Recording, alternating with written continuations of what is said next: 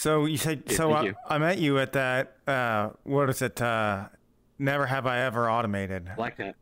Black Cat I was don't it? know. You met me at a Black Cat. Yeah, yeah, that's right. That's right. The Black Cat. I remember now. We were over there by the thing. But yeah, the other day you came by for your world. You made the automated Never Have I Ever. Yep. That's my map. I'll drop in just on people that I see playing it just to see what's up. Especially if I've made friends with them and I haven't talked to them in a long time. It's kind of fun to just be like, hey, I made this, because a lot of people don't realize that it was me. But you know. How long did it take you to make? Oh man, the estimate I always give people, I don't have a true timer for it, but I always tell people, like, for the initial release, it was probably like 40 hours worth of time. Damn. Just in that entire chunk, and that was only like when I first dropped it. It was only like 100 questions. And yeah, it was a lot to learn. Have you made worlds? Have you made worlds before that? I made 17 worlds before I got to that one. 17? How does that happen? Yeah. I mean, like, how do you get into that? So I guess it kind of goes back to when I was playing VRChat a long time ago. So I started when I was like 2017 or 18, I think, and I used to just make avatars for like hours on end. I didn't have VR. I would just sit in front of a mirror. I made a group of mirror dweller friends. We would all just work on avatars. One of them is actually like a legendary user who has like some of the deepest rooted some of the most popular like character like avatars you can have in the game, like from video games. He's made like Red Cord, I think, Red Cord or Red Eclipse, and he made like all of the Final Fantasy. He does shit. like oh, what's the other one? I forgot the game now. It's like a Nintendo, not a Nintendo game. It looks like a Nintendo game. It has like Joker in it. Persona. A lot of the Persona characters. Yeah, I remember that. Anyway, so I used to be friends with all of them, and we would just do that for hours. And it was really funny because I made one world when I played back then, and I remember exactly what it was. It was just a Unity terrain in 2017, and I divoted it. I basically just made it really tall, and I just made a huge hole. And I was gonna make like a Ugandan Knuckles game because that's what the big meme was back then. Oh no, Ugandan! Wow, that didn't take off. That was a great time, Ugandan Knuckles. Because I got in there right toward the end of Ugandan Knuckles. It was like at its peak. You know, like everybody was, literally everybody and their grandma was doing it. It was everywhere. It was like people, you can't even like describe to people how common it was. Everywhere you went, there was a gang of Ugandan Knuckles. And they were ready to ask you. Those are great times. Yeah, they really were. Everyone always looks back and cringes, but honestly, it makes me smile just thinking about it. It was so goofy. Oh, man. I mean... Because I remember like a couple of days after that, I need to fix the screen. Hang on a second here. I had no idea that was messed up. I was kind of wondering about that, but it doesn't look too bad. No, I'll fix it right now. Yeah. Okay. Yeah, I don't know what's going on there. I mean, shoot. Probably should have gotten ready like an hour earlier. I'll just have to grab it by hand if I can. See, that's not even to scale. I mean, what the hell? All right. Well, anyway, there we go. Oh, there we go. Yeah, technical difficulties. Thanks, Matt. I'm kidding. I'm kidding. As a map creator, I know about technical difficulties constantly. I'm running into stuff when I'm having people test. Horrible. Oh yeah. I mean, geez. I tried to get that frickin' video to play at the beginning. I mean, it wouldn't play. As you can see, it doesn't want to do anything. And I come up here and it gives me nothing. You can see my mouse, but you can't see the anything else. Whoa, that's trippy. So what are some of the more known worlds that I might be familiar with that you've made? Oh no! Pretty much everything after that was shoot. Not again. I mean, everything. God, come on! Never have I ever. So I don't know if there was an update or something, but the little pad that I use to you can't see it, but there's a pad that I use to change everything, and it's got colliders on it. So if you like move and you like fall on top of it, it'll mess everything up. Yeah, it'll launch you. So yeah, before Never Have I Ever, just the 17 maps were all just me like just making stuff, like just learning as much as I could absorb. Really, I guess I never really got to the answer to the question, but basically, like, the only reason I'm super into it is because I actually go to college to be a game developer, and we use Unity. So like for me, playing VRChat was perfect. It's my perfect way to constantly challenge myself and learn as a Unity game developer, because that's what I used in college. Like, it's fantastic. I love it. So yeah, I made like a bunch of chill maps, and I made some party maps I tried to go into. And yeah. That's actually pretty cool, because I've wanted to make maps and worlds and stuff, and I haven't really had the time because I'm just all so focused on doing the VR. I mean, doing the streaming and the recording thing. Yeah. Did you content creation on VR is rough. It's hard to be multifaceted, because all of it takes a lot of time. Every aspect of it. What are some worlds that you're working on now? I mean, like, anything that you can talk about? Yeah, no. So I think next weekend I'm trying to aim to drop my world. It's just yes or no automated, and it's I know it's really cheap, but I keep doing like all these automateds, but it's just nice to not have to worry about finding somebody to host, and making a group of friends is fun. So I just thought, you know what, I'll do this one more automated. I'm not gonna let it be my shtick. I'm not gonna keep just automating things, because honestly, it's kind of a cringe brand. But yeah, I just that's probably my next big drop. For a while, I was working on. I've started to do Monopoly a couple times. Monopoly. I kind of started to do like a Monopoly, but not. I wouldn't. I guess automated, but I wanted it to feel like the PC game is really more the shtick I was trying to go for there. Where essentially all I wanted to do was get rid of the math. I wanted to get rid of the banker. I didn't want to make somebody the banker, because like that's the great thing about automating all this, that usually where one person suffers, they self-sacrifice by being the role to MC these games. Essentially, they get to play now. So the idea for the Monopoly one is just take away the banker, do the math for the players, and they can determine who the winner is after that. So it'll be a little more loosey-goosey, but it'll still be a good time, I think. Yeah, are you going to add an option to try to negotiate with the banker somehow? Because like how you do in real life. Come on, man. Cool. Just wait until... Just give me one more turn to not have to pay. I didn't know that was an official rule. I was just going to code it with whatever the official rules were for Monopoly. So I read up on them a little bit. I never saw anything about negotiating. I didn't know you could do that. Well, good to know now, I guess. Well, I mean, I just kind of figured that was like a natural thing. Because if you just play it by the books, then I mean, it's just kind of boring. But it's I believe it. But I mean, if you automate it, then I don't know. Everybody doesn't hate you at the end of the night. I could do that. I could right?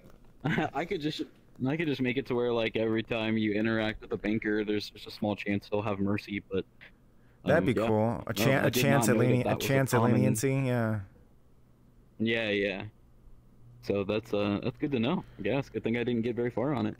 yeah. Well, I mean, it's however you want to do it. I'm not gonna tell you how to do your world. But that's cool. I think you should do the Monopoly thing. That's really fun.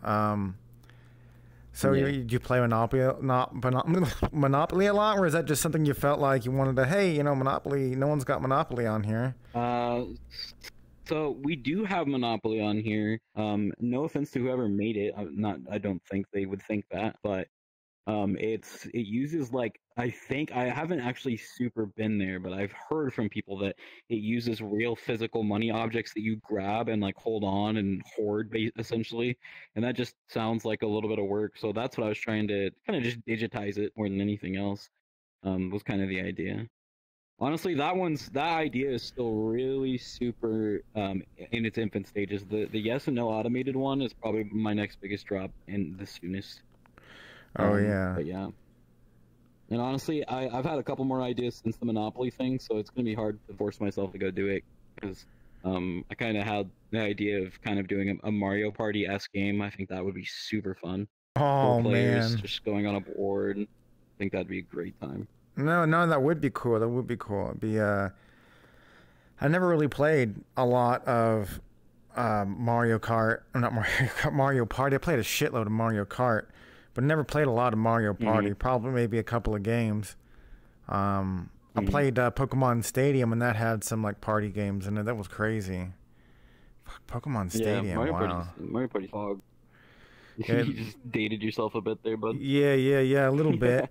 What, was that the one with the colored cartridge? I think was Pokemon Stadium 2 a yellow card? Which one? I think I'm thinking Tony Hawk 2. I know Tony Hawk 2 was a yellow cart and Tony Hawk 1 was a blue cart. I think Donkey Kong 64 was a yellow card. Yeah, I'm but pretty sure Tony Hawk 1 was gray, 2 was blue. No. The two is yellow because my cousin had Tony Hawk 1 and it was blue. It was blue. Man, gotta miss those nice plasticky 90 colors. Oh Yeah. yeah. That sounds like I'm being ironic, really. For some reason my tracking stopped. I don't know what's going on now, but the so like what made you like really want to make video games anyway? I don't know. They were probably my escapism when I was a kid. I kind of had a rough like childhood, like with like divorce and stuff like that. So I always turned to video games to play and have an escapism. And so I always said as a kid I would do it, and then my mom would always be like, "You have to learn math," and I hate math. I have a horrible history with math. Math is garbage. Oh yeah. I do know how to do some math for programming, but it's not the level of math my mom thought you'd need to know. So nothing too serious? Nah, not really. It's usually just basic subtraction, addition, division, and multiplication, and that's about all you need, really. Now, if you're doing physics-based games, you do need to know, like, physics and algebra and stuff like that. And obviously knowing algebra allows you to do more advanced stuff, but for the most part, I just do basic math. It's good enough for me. Yeah, just basic math. The So what are some games that you got inspiration from? I was a kid, like when I was what gave you inspiration to want to make video games? Like, oh, I want to make something like this. I don't know. That's actually a really good question. It's a complicated like history with me actually wanting to be a game dev. It's weird. I never really had this moment beyond childhood, because after I heard my mom say the thing about being about math, she would say it a bunch, and I would just be like, oh, okay, I won't do that. And I pretty much never thought about it again until I was an adult. So I know you didn't really ask the story, but this kind of coincides with what you said. Basically, I tried to impress a girl on a skateboard, and I shattered my wrist. Like, I have a nasty scar right here. And basically, I was taking web development at the time that I did that in college. And so I had my arm at my finals. I had this arm bound to me because it was shattered, and I was taking programming finals with one hand.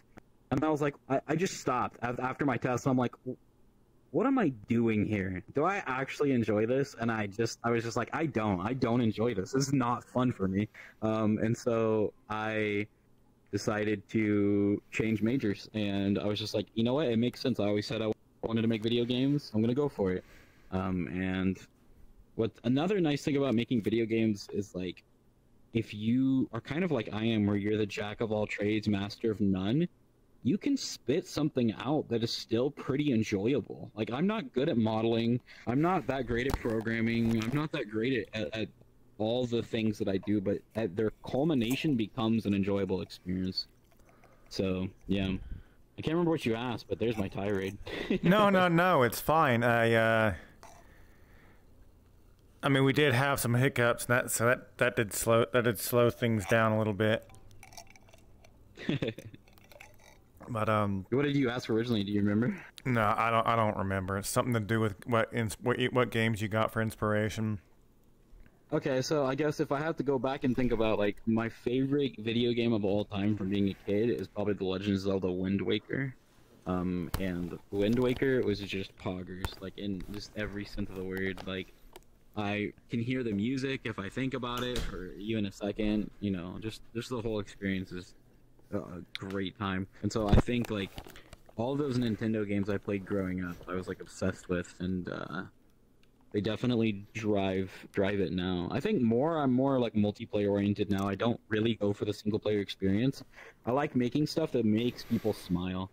Like when I go in the Never Have I Ever world, and like I get told this all the time that people are like, "Thank you so much for making this." You know, like this is my favorite map. One dude said he made it his home world, and he would just start playing the second he got on. And then it's just like hearing stuff like that is just really cool to know that I got to be a part of somebody's escapism, because life sucks sometimes. You know, you can't escape it forever, and I don't think anybody thinks that, but it's nice to make something that helps somebody out in a rough time. That's wild. Oh shoot! I didn't realize that I was that at the two shot. See, that's why I need a producer. You know, someone else to help navigate. There you go. So like going and doing all these getting into game programming. I didn't see your mom was very into it.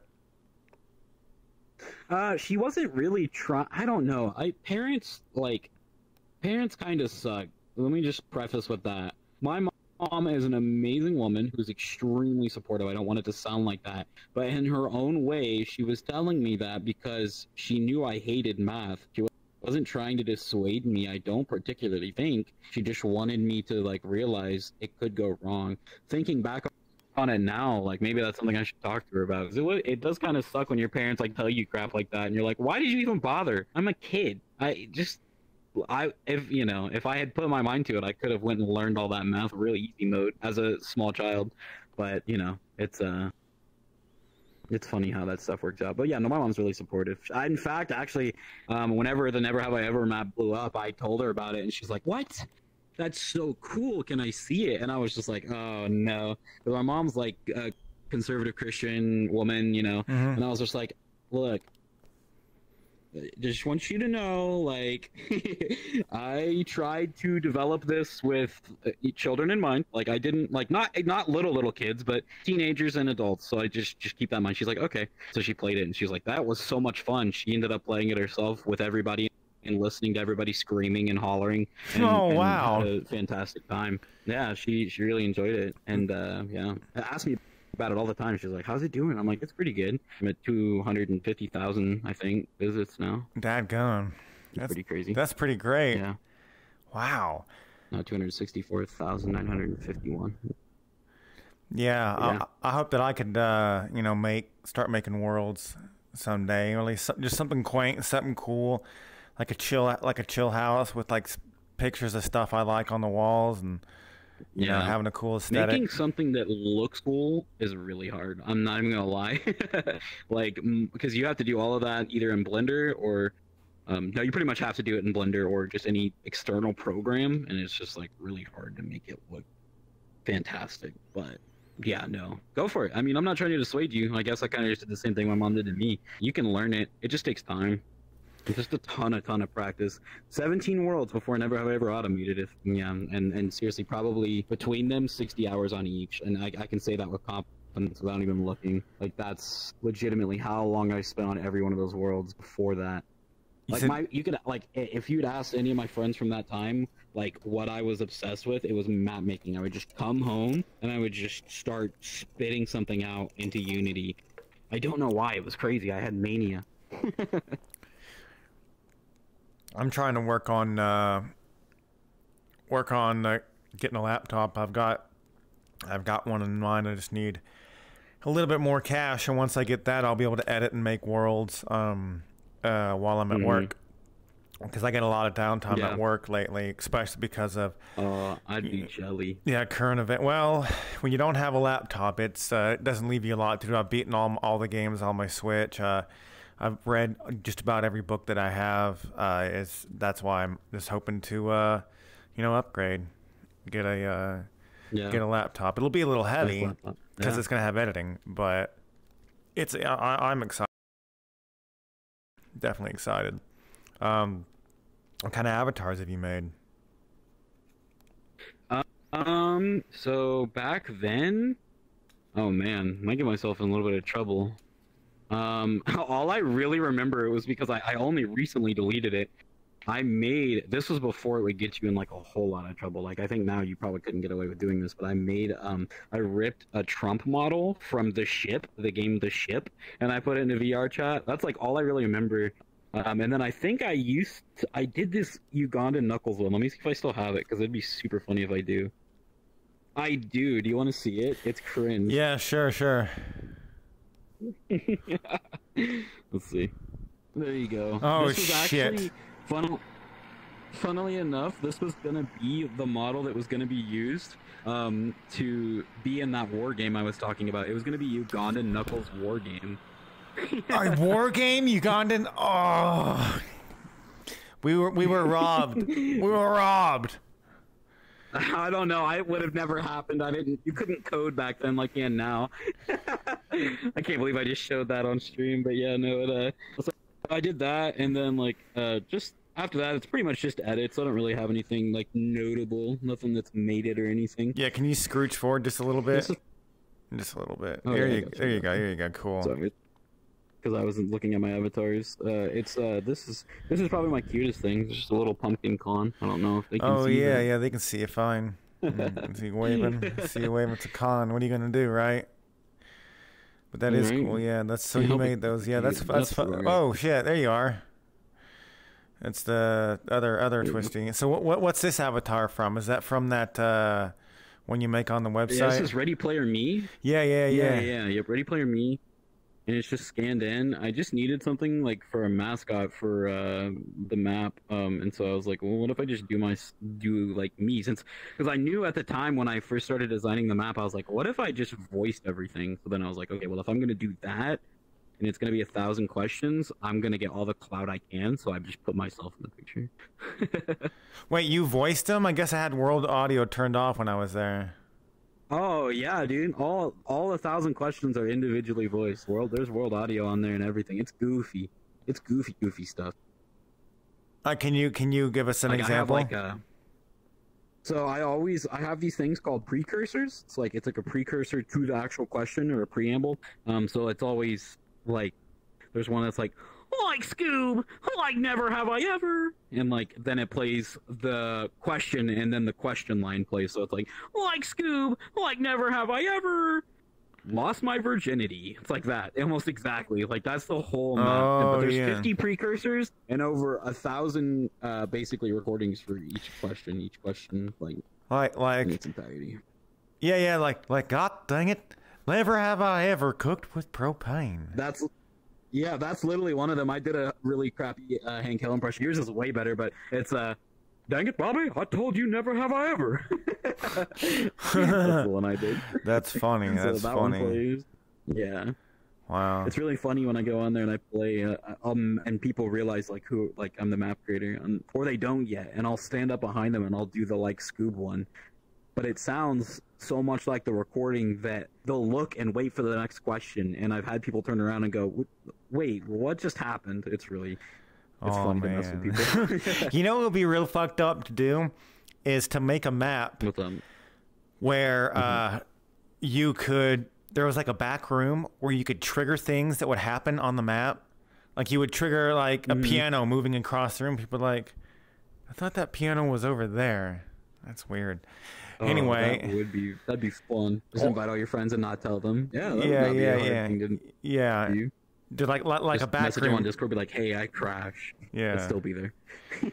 Yeah, right. Or they go like all the friends go into a room and you click a button and it removes the door and they're like, what the fuck? That's stupid. Why would they not put a door in here? And then someone tries to respawn and then they go into the door and like the door's there and they're like, what the fuck? So that'd be real. That's a pretty good idea. That'd be real fun to do. Do you ever do anything? Could you ever do anything like that, or is that like beyond your ledger domain? Yeah, no, that would be. No, it'd be pretty easy. Pretty much, honestly, like this sounds cocky, but I've kind of gotten to the point now where if I think of something, I can find a way to make it happen. Now, if it's the most optimized way to do it, I have no idea.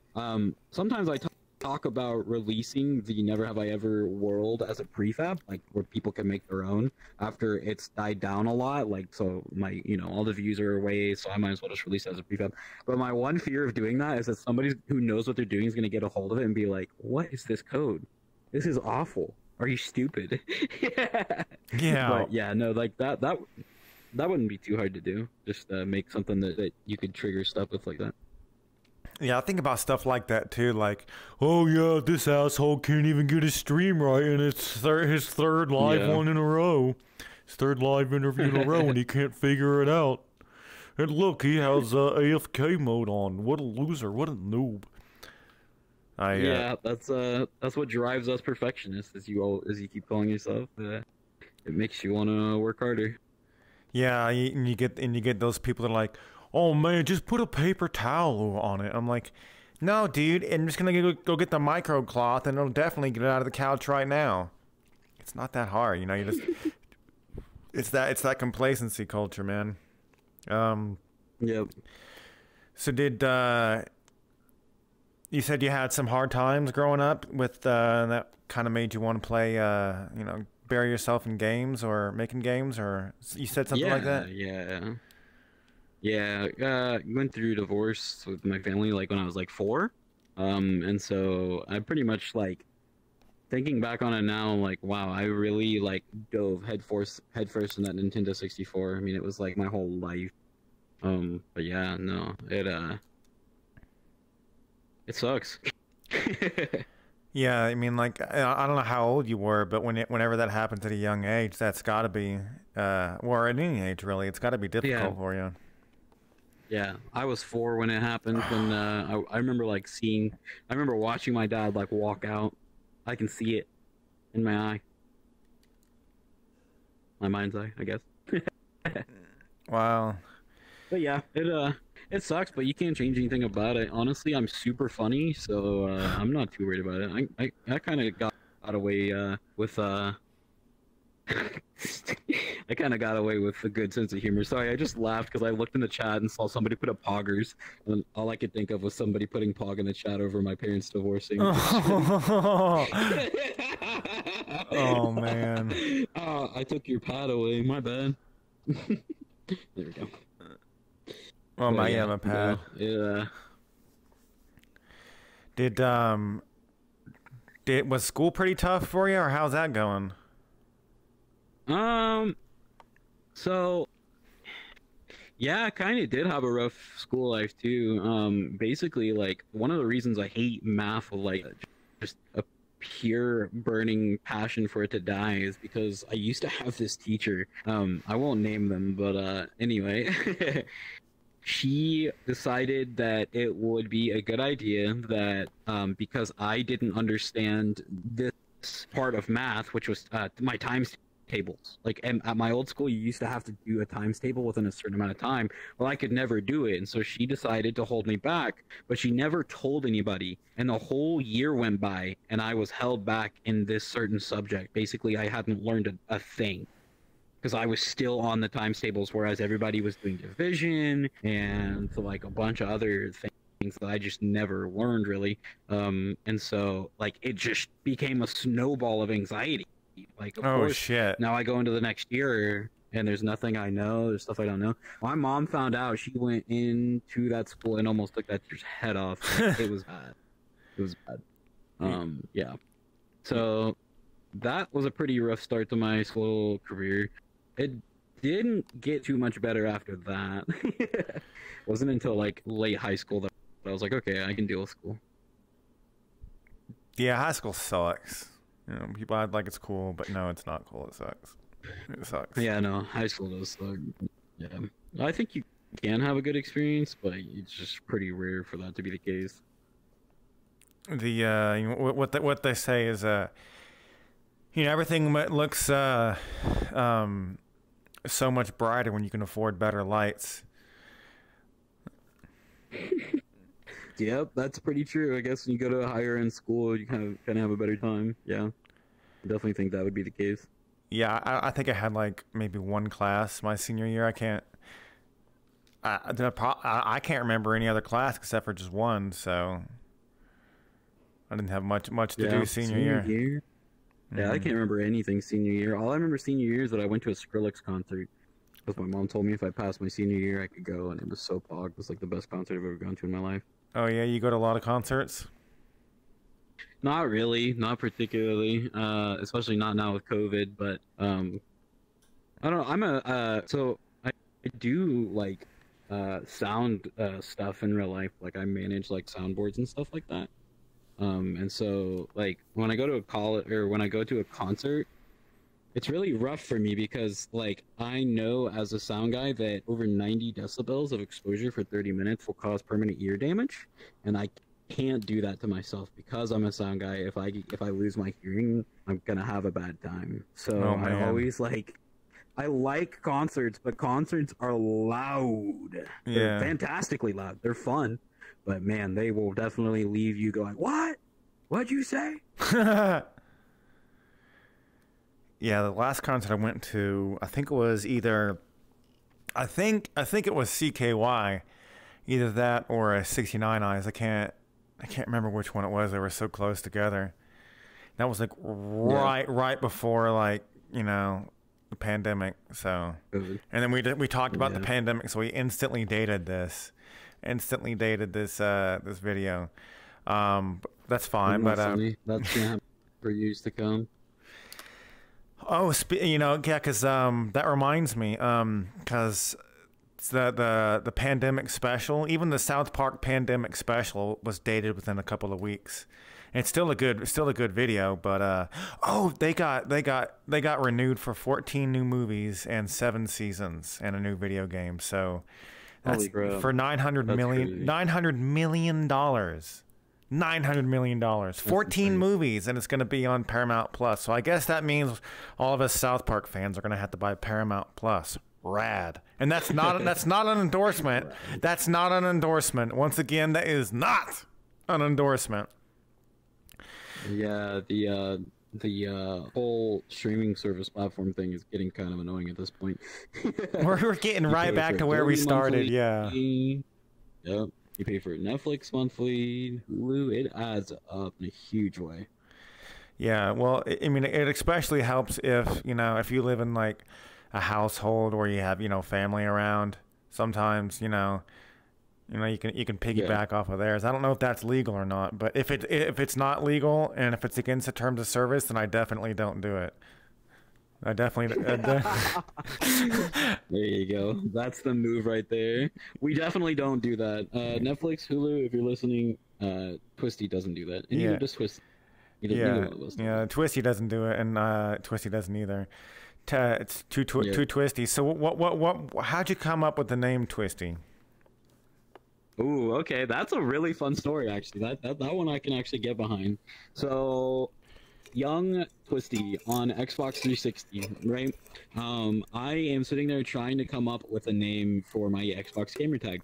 I can't remember what I put originally, but it had something to do along the lines of hyper or like, because I was always like full of energy. Wow, that's changed a lot. But anyway, I was full of energy, just constantly like just being like a little turd and stuff like that. So I tried to do hyper, but whatever username I had was taken. So then they showed me some like names, and one of them was Twisty T-Bone, because my nickname from my dad is T-Bone. And so I did Twisty and T-Bone, and I went and played online. God, that was the worst decision of my life, because subsequently there is a porn website just called Twisty, and then on top of that, T-Bone, which can be related to male genitalia. Great. I was lambasted, destroyed. I did not, because I was also a squeaker, so I'm like going into every lobby, hey guys, how you doing? And it was over. They would just destroy me. And so over the years, I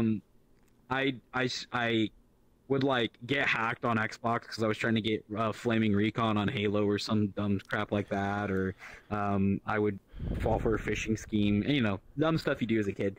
And so I kept iterating on the name Twisty because all my online friends who I became friends with on that name base just called me Twisty. They were like, "Hey Twisty, what's up Twisty?" Like your friends do, which is, every time I hang out with you, I'm like, "Oh."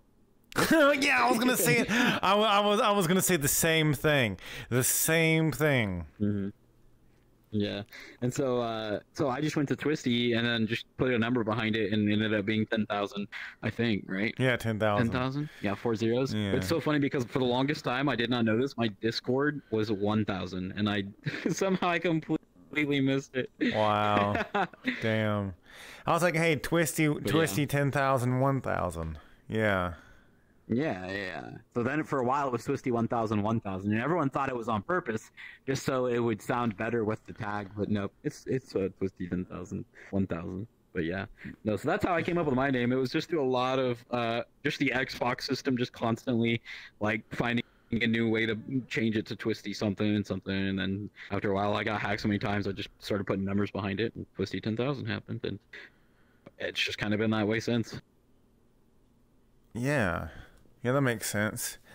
Mine just comes from adding a verb to an adjective, like high kick, or green cat, or twisty punch. You've got a nice, like, I like it. It sounds really, it's like automatic PA, and you have a nice like icon for it and everything. Yeah, it's people say that the fist looks like all kinds of other fists that they've seen, but a fist is a fist, right? I mean, even like Piccolo's, fist in the original Dragon Ball manga still looks like a fist. It has three fingers and a thumb. But unlike everybody else, but they ended up changing it. Yeah. I don't know if you watch an anime or how inspired your work is by anime. I love anime. I'm not much of a Dragon Ball head, but I definitely enjoy some anime. I'd say like my top anime is probably number 1 is Gurren Lagann, and then number 2 is probably Naruto, and couldn't tell you number 3 right now, but I'm pretty shonen jumpy. I'm pretty basic. I just like the shonens. I don't like One Piece. Yeah, still stuff off One Piece. I don't know. Yeah, I don't know how the song. My soul to want. That's how the song sounds in my head. I don't know what it really sounds like. They had a song. If I were to write the One Piece song, it would be like "Set sail for a One Piece." That's pretty good. Trying to sound tough and cool like they did at the Dragon Ball GT. There you go. Yeah, I heard that Akira didn't have much involved with it. I'm more of I like Black Butler, and I liked Konosuba and Miss Kobayashi's Dragon Maid. Obviously. Oh, that one's cute. Dragon Ball and Yu Yu Hakusho. I thoroughly enjoyed that. That's how I was introduced to cut and uncut anime. I thought anime was just anime, but then I didn't realize that, oh snap, that is a lot of balls for a Dragon Ball show. I mean, that's even more than 7. I mean, damn. That show, like the original was like ball crazy. It's like they couldn't have a Dragon Ball movie without penis. They could not have enough balls in Dragon Balls. It's like, oh, well, you never been to the, to the public park, to the water park, and then seen somebody's britches fall off? I'm like, britches? The fuck's a britch? You never heard it called britches before? No, I'm pull up the britches. Yeah, better pull them britches, boy, lest you get yourself into some trouble. No. Yeah, there you go. Yep. I've lived in the South for 10 years. I used to live in Colorado. I think I probably only heard a banjo once since I've lived here. Once. I don't think I've ever heard a banjo in person, and I live about Midwest, so it's pretty shocking. Yeah, I heard them a lot Midwest. I heard it like all the time, but in the South, it's just like I guess it's too humid for them. I'm not sure. A lot of instruments. Yeah, a lot of instruments have problems with the humidity down the further you go. It's very true. I believe that. Yeah. Do you play any instruments? I do. I play ukulele and upright bass and just regular bass as well. Damn, how long you been playing those? Ukulele since I think I was just 18 when I saw my first ukulele, and I was like, I want to learn an instrument. And then I didn't get the one that I saw because it was at a pawn shop and it was like $300. Damn, that's a lot. I picked one up off Amazon. Yeah, I picked one off Amazon for like $60 or something like that, and I still have it. It's just like sitting like right over there. And yeah, I've been playing ukulele for a while now. So that was when I was 18. I gotta do math. Guess about 6 or 7 years. Oh wow, you're a lot older than I thought you were. Dang, bro, you can't say that. I'm 25. Yeah, about I would have said 20, 22, something like that. Probably 22 would be more accurate. 25 I'll take it. 25 is a number that the brain, that the male brain stops, growing. Yep. So they say. Yep. I stopped growing at 10 years old. What are you like? Are you like super short, or are you like super tall? Oh yeah, I was mostly talking about like my brain development, but I'm a shorty. I'm certified shot. I'm 5'6". Oh shit! Well, you're not like Danny Manly. DeVito, right? He's like he's like 5'4", right? 5 foot even, I think. 5 foot, yeah. Yeah, something like that. I like that. Yeah. I like that meme. What the I shit are you talking about? I honestly don't mind being short. Like, it used to bother me so bad, Yeah. but now I've discovered that I like tall girls, so it's not a problem for me. Look, let me clarify. I like all girls, but tall girls, they don't get enough love. So that's my point. You know, and people take umbrage with you being short, and they give you guff. Wait, oh, yeah. And I'll be honest, like, I know I said it doesn't bother me, but there are days when I think it's just true of any insecurity. It never truly goes away, but for the most part, I'm pretty good about it. But there's just some of those people you meet where they're just constantly talking about your height because it's all they can find. Like, that's the only character flaw that they can find about me when they first meet me. They'll be like, well, he's not really dumb. He's not like ugly. I'm kind of cute, you know. Like, and so they just go short. I'm like, yep, heard it before, buddy. You're good.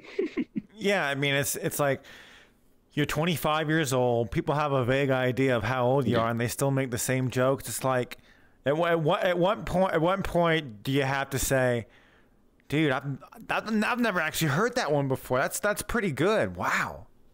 Or you can like really lay it on, or you can really lay it on thick. Like, damn, you harsh. Shit. Never heard that one. But I think maybe talking like that to you is they don't know how to relate to you, so they try to riff on you like they're your friend or something. Yeah, like, no, it ends up pissing me off way more. I'm like, nah, be chill. Yeah, like, I'm not a hard person to relate to. Right. I mean, like with your friends, right. You like people say stuff to their close friends they would never say in public. Never say in public. And everybody, it's not like it's not like some people are better than somebody else. It's literally there are things that some people would say. Why would you say that to somebody? I'm like, I've known her for 10 years. It's a term of endearment. So you know what's up, asshole? Yeah, it's like why would you call them that? Because they're my friend. Yeah, but I don't know. It's different coming from friends. I can deal with that. Yeah. You see, do you plan on making like any chill worlds or any like new avatars or anything special or anything that's like really important to you that you want to share with people, or what are your plans for making that stuff in the future? So, like I said, I'm about to drop the automated yes and no this coming weekend. Not this weekend, but this coming weekend. Probably on Friday. And I usually drop my worlds about 7 or 8 p.m. CT, just so I hit those really sweet peak avatar VRChat hours where it gets on the recent tab and all that stuff. Yeah. So I try and time my release then for that. After that, no, like I said, I just really like making stuff that makes people smile. I really like testing new ideas and trying new things. It's just really making content. It's just fun when you're making it for yourself and for others. I think that's the unique power of making like VRChat maps. Is at the end of the day, I'm not only entertaining myself but others. I can't even tell you how many hours I played on my own map. Like I just like actually played with people. It is so much fun to play with other people and see other people playing. And on top of that, okay, so I have this story. I know you didn't ask this, but this story I think is actually kind of funny. No, stories, talk all you want. Basically, so like I said, I have like all 1,000 questions recorded, and basically, like I said, like I played a lot. I would go and I would jump on and play and get people on my Discord and just meet my player base. And I remember one day I was at work and I was walking around and doing something, and I said something out loud, and I was like, huh. It kind of sounded like the guy from the Never Have I Ever map. Oh man! And it was so jarring. I was like, "Whoa, hold the phone! I am the guy from the Never Have I Ever map." Yeah. Yeah. It was because it was blowing up, and I couldn't comprehend that this was my thing. Like this is something I made. I spent all my time on this, and now it's blowing up, and I just completely disassociated from that. Because anything successful, I don't really like think I'm that good at it. Like I'm not trying to put myself down. It's just this weird disassociation happened, and it was like jarring. I was like, "Whoa, okay." I made it. It was really, really funny moment in my development career. I'm not sure that'll ever happen again, but we'll see.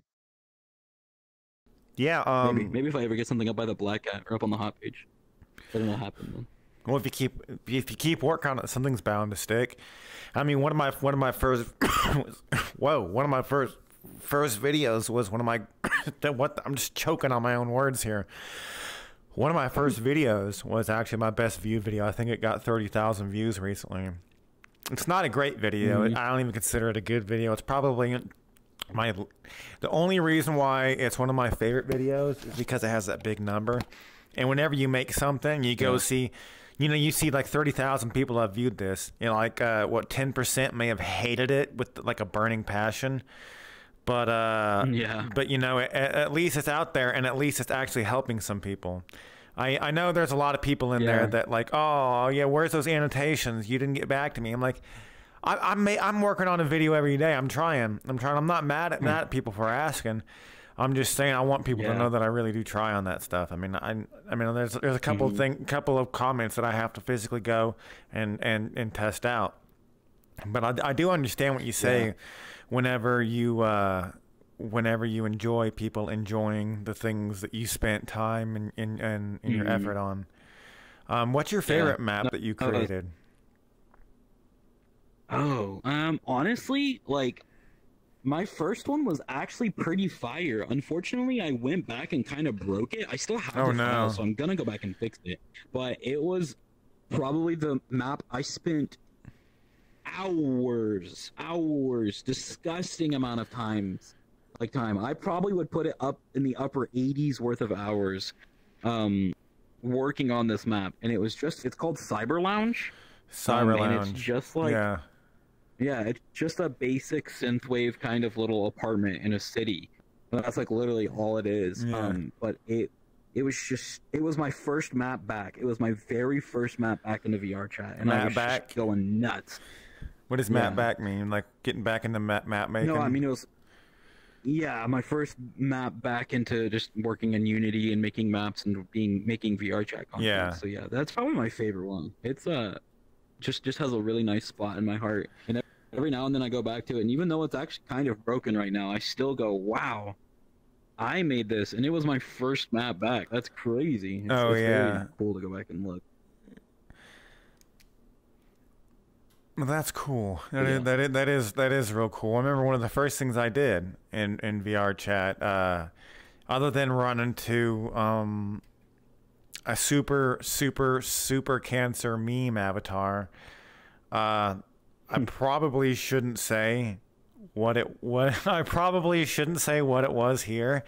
If you see me in person, you can if you see me in person, you can ask me, but it's definitely it was very topical. It was in January. Ooh. And it was something it was something that happened a couple months prior. in the southern hemisphere. What year? 2020. But yeah, it was. Oh, and it wasn't. wow. It wasn't. That wasn't COVID related. It was something totally different. Yeah. But I'm not going to go much further into it. But yeah, man. And then I played Never Have I Ever. I'm like, wow, I don't really know what to see, because that's one of the that's why the automated Never Have I Ever is good, because some people, and it's not necessarily something that somebody else should try to solve. We got somebody in here. If you can, just stay over there beyond the cameras. Because some people, they don't really, their Never Have I Evers aren't really compatible, if you get what I'm saying. It's like, oh shit, what do I say? You know, there's a lot of pressure. I mean, if you want to do that, yeah, you should absolutely try to do it and get better at it. But if you're kind of drunk and you don't really feel like, you know, putting anybody on the hot spot, you can just go to yours. Yeah. And one of the things, like, I tried to keep it very, like, I tried to design it for teenagers and adults in mind. So that's why, like, on mine, there's only, out of all 1,000 questions, there's only 35 illegal, 35 lewd, and 35 intoxicated questions. Everything else, there's, like, in the hundreds worth of questions. Because, like, one of the things I hated so much about playing Never Have I Ever from other hosts, it was always about sex and just pure degeneracy. And I was just like, this is annoying. I have not killed somebody. I have not robbed somebody. I'm not into this thing, you know? And so I just wanted to make something that was just fun for everybody. But yeah, definitely a lot of people always are bothering me for more lewd content, and I'm just like, I'm sorry, it's just not me. I'm Hang on, someone's trying to play some music here. Yeah. Yeah, because it's like what would be cool is if it was like, you know, like something like Never Have I Ever spilled something and covered it up, or Never Have I Ever accidentally sworn in church, or something like that. Yeah, just really like fun and wholesome questions. It's also tried to make them as unique as possible, to where like it wasn't like basically as easy as breathing. Never have I ever breathed. You know. Yeah, it's yeah, that was the design philosophy behind it. I tried to make it how long did it and fun and take you to come up with that list? There is a guy on Steam who has a master Never Have I Ever list. He's in my Discord. He was. He made a list called like his name is like Rockwell or something, and I'm sorry if he ever sees this or hears this. But anyway, it has like over like 10,000 questions. So for a lot of it, I did that. For probably about 500 worth, I would skim just I mean, like, I would seriously read every line and try and find something that was not either overly sexual or did not invoke an extreme emotional reaction. Like, because there was like a whole category I completely skipped on his list. It was like emotional questions. Oh shit! And it was really, really, really depressing stuff that nobody wants to think about while they're in VR chat. So. Oh man, I can only think of them like, oh man, that just happened yesterday, and it's like, oh, yeah. God. You know, you get in. Go ahead. No, you're fine. So basically, after that, a lot of my Discord peeps, we have a thing called the Daily NHIE, the Daily Never Have I Ever, and you sign up to get notifications about it. Yeah, and so what I'll do is every day I'll write one Never Have I Ever question, and people will vote if they would move up or stand still on it. And so that forced me. I think I've written about 50 now on there. It's been about 50 days worth of content. Every day I wrote one question, and that forced me to do it. And so I got a lot of good questions from that, and a lot of other unique places. I just had to scour the internet. And then also my Discord has a suggestion box in it, so you can come and suggest questions and stuff like that. Oh, so shit. I used a ton of those as well. You still add to it, though, the right? Discord community came in clutch. Oh, that's a hard question there, Mr. Twisty. I think I'm done adding stuff. I don't want to say yes, like, right out, but 1,000 questions is a lot. That's a lot. And so, I don't know. I think I go back and say I don't think so. Also, I'm having crashing issues, and I think it's because there's too many questions. Because after a while, people will crash. Yeah. I think since 2019 came out, that's fixed, but I'll have to keep an eye out. I'm not absolutely certain on that, but there's other things I want to work on. I can't just keep churning out never have I ever content. And I also, again, I don't want it. That's like true. I don't want the automated series to be my shtick, and I don't want never have I ever to just be my only like big project. Right, that makes sense. Maybe you should work on some chill worlds or something. You know. Yeah. I'll probably yeah. After this one, I usually what I do is I did a map, and then I did sorry, and then I'll do the sorry, yes and no, and then I either might do either might do Monopoly, or I might do the Mario Party kind of thing we talked about, or Chill World. I actually thought about making like a hub world for people in my Discord if they want like a nice world that has all my like portals to all my worlds. Because if they play it that often, how about a nice home world? Yeah, that'd be really cool to have. I didn't think of that. So you could like have a room that you go to that has all your worlds in it. That'd be really cool. Or like a button you'd press and then the world would open up. You know, like what year you made them, early, what themes for the maps and stuff. Yeah, like game night maps. You click on it and the game night maps show up, or you know, avatar maps or whatever it is that you do. Yeah. However it is that you do. Do you if you could make a any map you wanted to have all the time, have a couple of months free time to work on it, what kind of world and what world would you make? I don't know. That's a really, I think I'd finish the yes and no automated one, even though I'm about to do it in a week. I guess, actually, here's what you should ask me, because here's an answer I could give you. If I could make any world, but I didn't have to do the work, like if it was just instantly done as soon as I ended this sentence, it would probably be a gorilla tag world. I think that would be fun in VRChat. A world where you could play gorilla tag, the quest game or whatever. You're talking about where you have to swing around like a gorilla, right? You have to use your arms to help you move. Yep. I think that would be a fantastic map. If anybody is a map creator out there, that would be cool to watch. That's a good one. Hey, can I have Outfox? Can I have you move over here, please? Outfox, can I have you move over here, please? Not on camera. Thanks. But yeah, no. I mean, what's your home world? I mean, if you, I mean, my home world. Mine is Outset Islands from Kingdom Hearts. Oh, that's cool. Mine is shoot, I was just there. It's Sovereign's Chill World, actually. Sovereign's Chill World. Sovereign dropped it, and it's pretty fire. I like it. It's just a nice cozy map. Oh yeah, the cozy is cool. Something that's real chill and relaxing that you don't mind seeing every single time you get on. Yeah, no, it's definitely, those are hard to come by. I change my home world quite often, honestly. You know, I don't know why. Just every now and then I join a world, I'm like, cool. I got to level 10, and last time I played Kingdom Hearts on Final Mix mode, and I got to level 10 before I left Destiny Islands. There you go. You got the grind. Yeah, get that grind out. I've been playing Final Fantasy 15. I found out how to get almost 2,000 experience points every 10 minutes, so that's exciting. Well, I don't know what kind of games you play when you're not doing VR. Honestly, like, I have this IRL friend at work who just constantly lambasts me because he's like, dude, all you do is talk about playing VRChat. You don't play anything else. He makes fun of me, and he's right.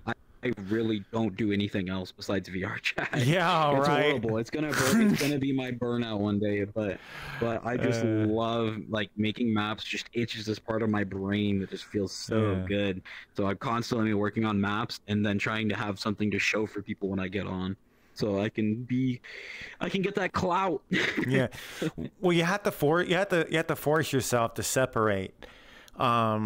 So I know sometimes some people, like I have this problem sometimes. I'll like be watching something. I'll be like, oh, I can watch that. I'm like, no, No, I might watch that with family someday soon, or Yeah. something like that. Or or like in a game, you don't use a different skin because you don't want someone to walk in and be like, "Oh, that's a weird outfit. Oh, that's just not his normal outfit." You don't really feel like having to explain shit to people, or like you're watching a TV show and next thing you know, like somebody else you know that lives close to you is interested in it. You're like, fuck, I could have enjoyed watching it with them.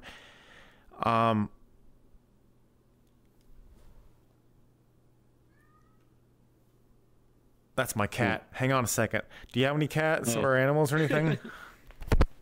No, my dad does, but it seems like every time I move somewhere, the landlord is like, no pets, and they hate animals for some weird reason. It sucks. I love animals. Well, I can explain the reason why landlords don't like animals, because I know they don't trust people to. They don't. It's not the animal that's the problem. It's the tenant.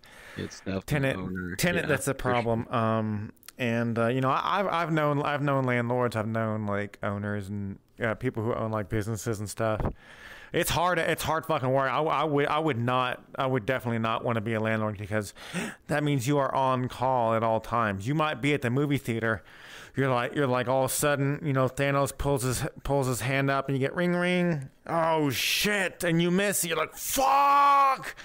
Or like you can't go to your daughter's birthday because you have to fix some asshole's bathtub who decided to make a clay garden in it.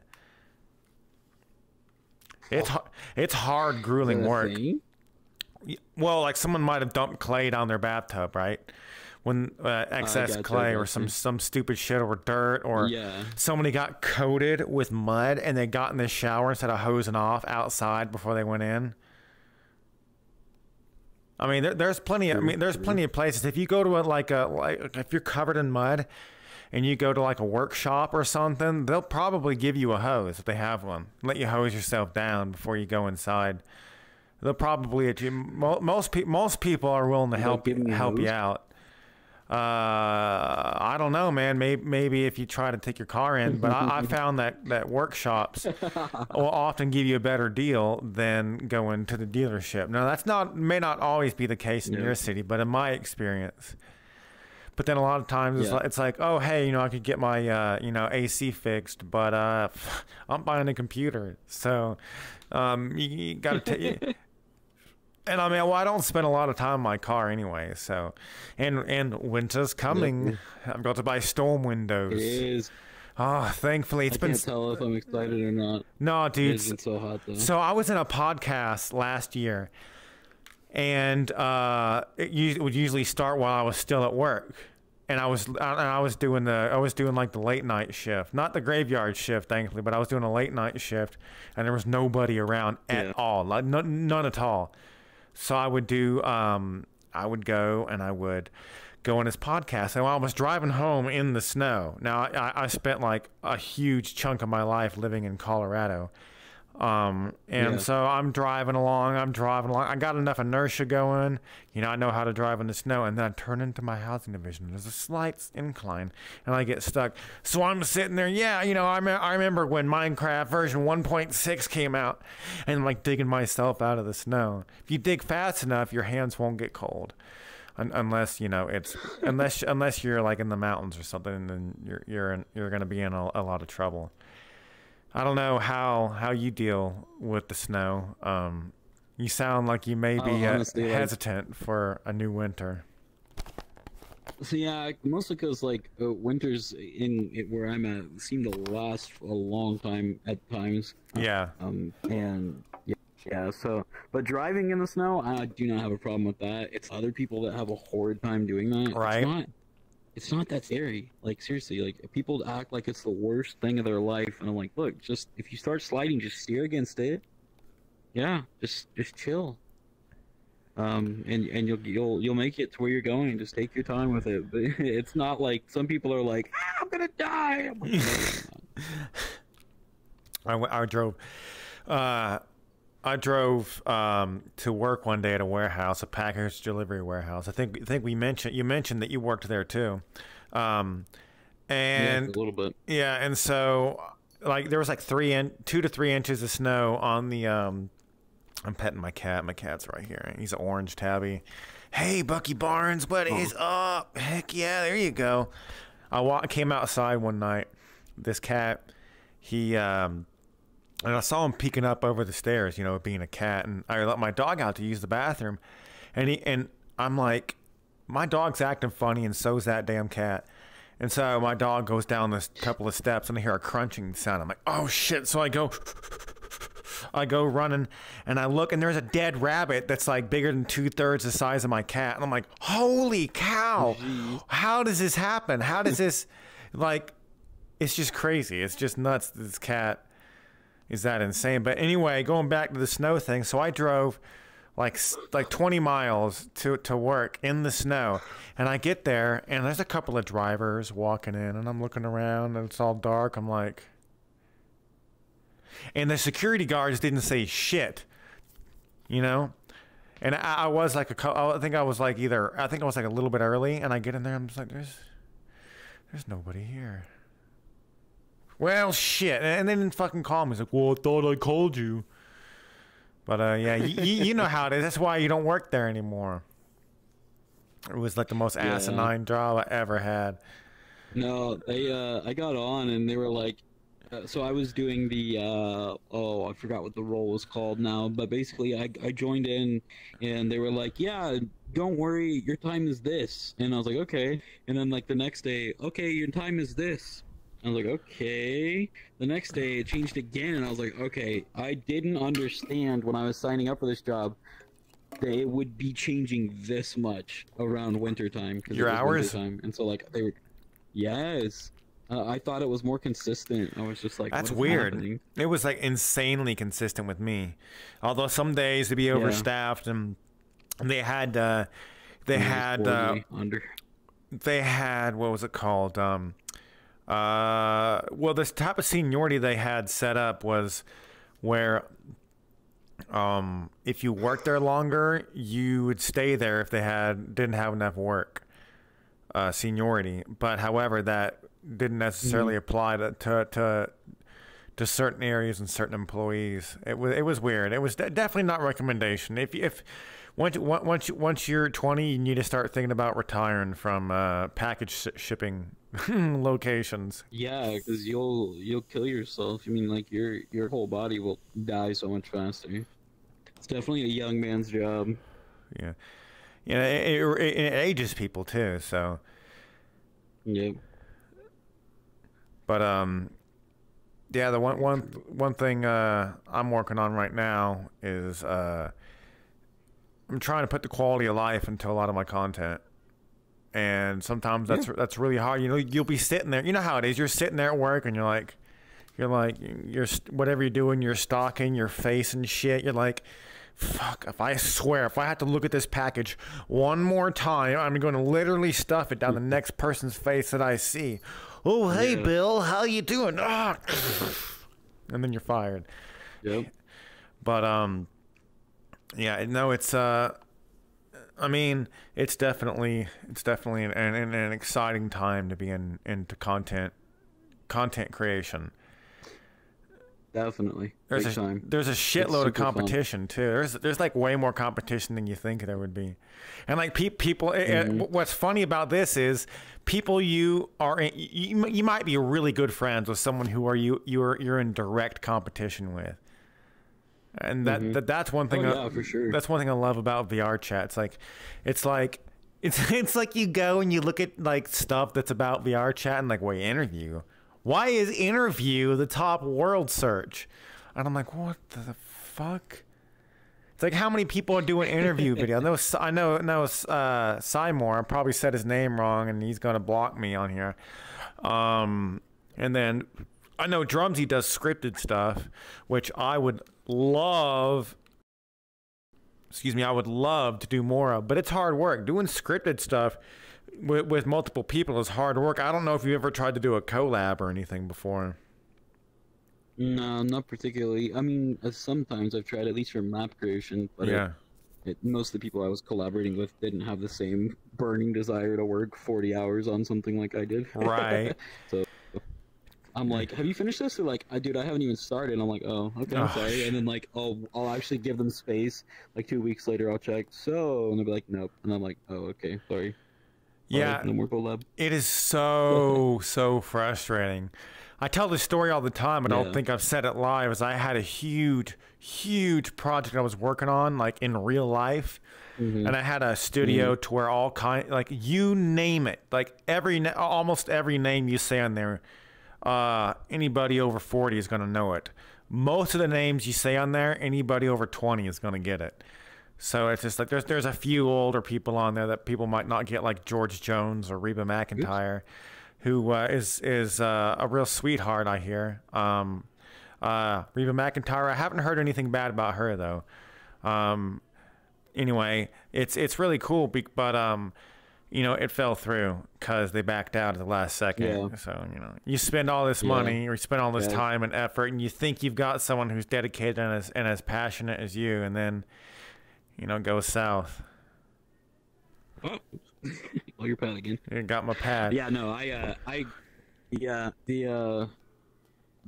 that is very frustrating when you think you have somebody you're finally gonna work with someone on, and so like people always tell me, they're like, can I, like, I have people walk up to me all the time, can I work with you? Can we do something? I'll be like, yeah, sure.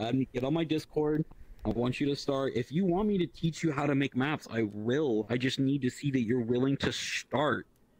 Ping me, message me, call me, like actually put in effort to show that you want to learn. Don't just say it. Like, I understand everybody wants to learn. Yeah, it seems cool. The same way everybody wants to be a vlogger or a YouTuber or whatever, you know. But it takes work, real, genuine hours.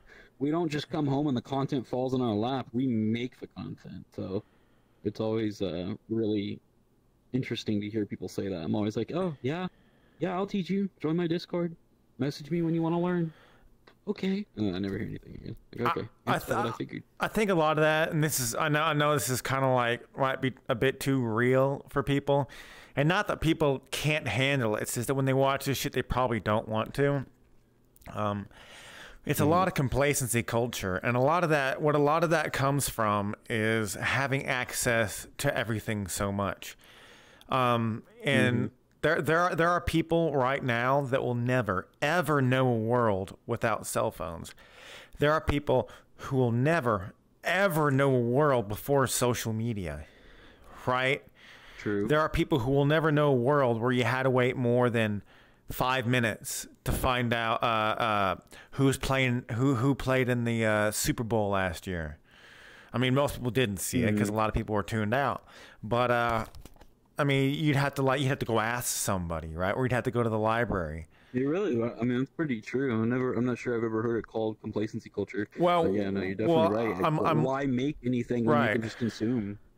Yeah, and I'm leading to that. And so with the complacency culture, what that is that you have all this, you know, all these, you know, let's say that you get a sandwich, right? Oh yeah, this sandwich, it's not a 10, but you know, it's at least a 6. And I'm like, well, if I walk 3 miles, I can get a 9. I think my cat wants out. Come here, buddy. Come on. Or it's like, oh man, you know, you're making this much an hour. You should be happy. You should be happy. Yeah. And I'm like, okay, so I've been making this for a little while.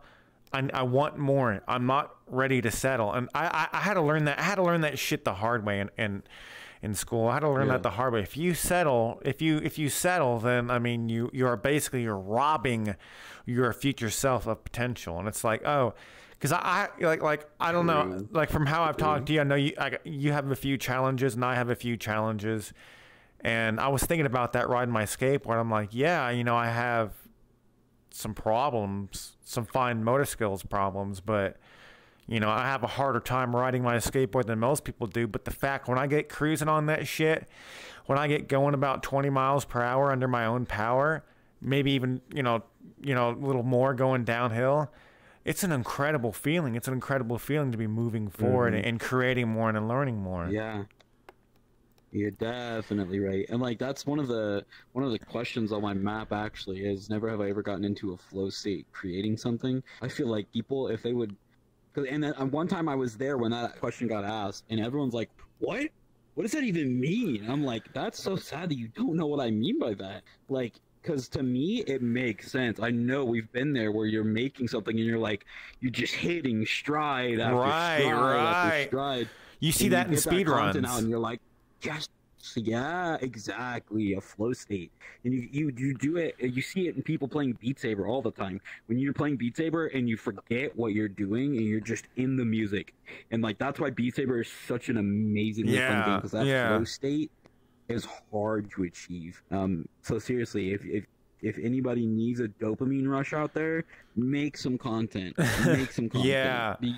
It's exhilarating. It really is. Putting something behind yourself that, like putting something out there that's your love, like your love work, something you worked your butt off for, is anxiety inducing. It really is, but it's also exhilarating in every single way possible. It's fantastic. Yeah, the more people create, the more there is to consume. You know, there's so I don't know if everybody would agree with this, but there's two main categories. Either you create or you consume. Either you're making stuff that people want or you're consuming the stuff that people want. Of course, that does come with its problems, but you know, we'll have to make some workarounds.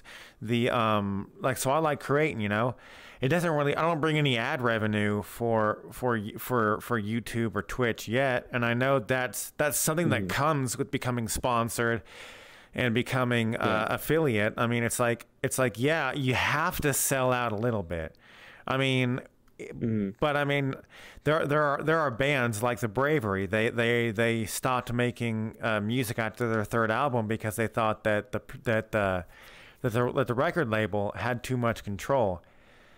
But having ads before your streams and before your YouTube videos isn't selling out. It's making it to where, and I know this is going to sound like, you know, super capitalist and shit. It's making it to where where starving artists can actually start making money doing what they love. Yep. And I think that there are certain professions that people don't want to do but will do if they have enough money. That's why I say, like, everybody's a little gay. You give a super straight motherfucker like $10 billion, they'll suck any dick on the planet. I know that yeah, it's just complacency call. I say just even if you suck, there's got to be something that you're good at. There's got to be something you're good at that you can succeed at. And that's you'll suck at first. You always will, but it's not a bad thing at all. Nobody needs to see that work. But I definitely think like checking it against something is a good idea. That's my friend. Oh hey, it's Felix. So hey everybody, this is Felix. Nya. They are we're actually live right now. But if you could give a message to you know, anybody that wants to, you know, create, anyone that wants to make something for people to love, what's the message that you would give to them? Oh man, that's a hard one. take as much time as you need. As much time. We've got a long time.